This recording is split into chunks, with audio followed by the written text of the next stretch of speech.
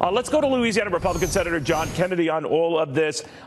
Senator, it's always good having you. I know you're not a market soothsayer here, but it is interesting, isn't it, that with the run-up we had yesterday, and we're only giving back a little bit of it today, about a little more than, what, a sixth of it, that the markets are okay with the economy. The markets seem to be okay with the way things are going, and what they'd like to see as icing on the cake is a trade deal. Do you think we'll get one? I think we will eventually. I think it may take a little longer with China. I was just in Beijing with a few of my colleagues, meeting with the senior leadership there. One of the things we talked about was trade. It's clear to me that the tariffs are hurting China. They weren't in great shape to begin with. Their growth has slowed.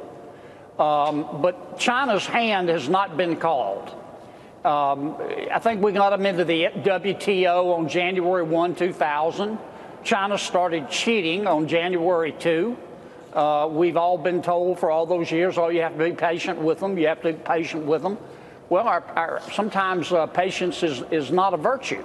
And I think the president is doing what he's got to do. Now, I'm not advocating a trade war. The only way to win a trade war, Neil, as you know, is not to fight the thing. But we're going to have to give the president a little room to run here. Well, were you troubled by the president saying that billions of dollars are pouring into the coffers of the USA because of the tariffs being charged to China? That he was, saying that this is working to our benefit, but he's bragging about the impact of tariffs. So that just seems weird, doesn't it? Well, some money does come to us as a result of the tariffs.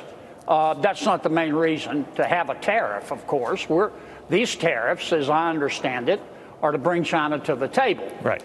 And look, I'm a free trader. I would be perfectly content. But we're paying those tariffs, Senator. You know what I mean? He's saying that China's feeling the pressure, but we're the saps paying. We're paying them. They're passed on, and I would be perfectly content, happy indeed, if we just all got rid of trade barriers and all tariffs. Yeah, I hear you. But we don't live in La La Land. No, I hear you. Let me ask you, Senator. I mean, about some of your colleagues who wanted to send a message to the president by separating a U.S. support for Saudi efforts in Yemen, military efforts, as a way to go back at the Saudis for particularly the Crown Prince's apparent role, according to the CIA and others, in the killing of this Washington Post journalist Khashoggi.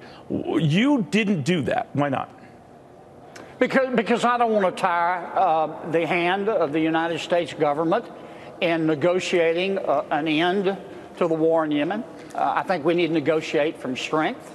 And General Mattis and Secretary Pompeo in our classified briefing, we talked about it. I can't go into details, but I just decided that we need to help them go into those negotiations from strength. And look, I think the vote yesterday is more about Khashoggi in Saudi Arabia than Yemen, in my opinion. Mr. Khashoggi they murdered him. They butchered him like a hog. They opened him up like a soft peanut. I mean, it was horrible. We need to condemn it.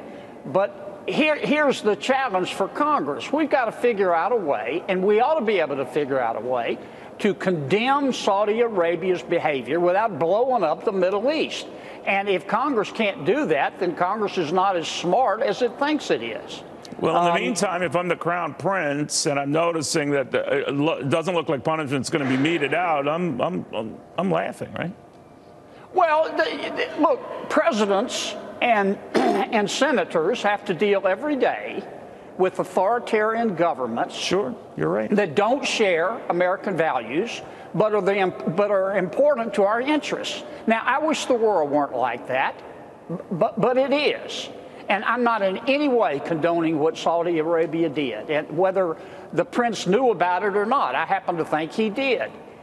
We need to condemn it, but we need to figure out a way to do it, Neil, without blowing up the Middle East. Right now, there are three centers of power there: Turkey, Saudi Arabia, and Iran.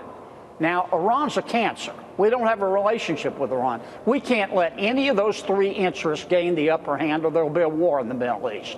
So we have to maintain some sort of relationship with Saudi Arabia and with Turkey.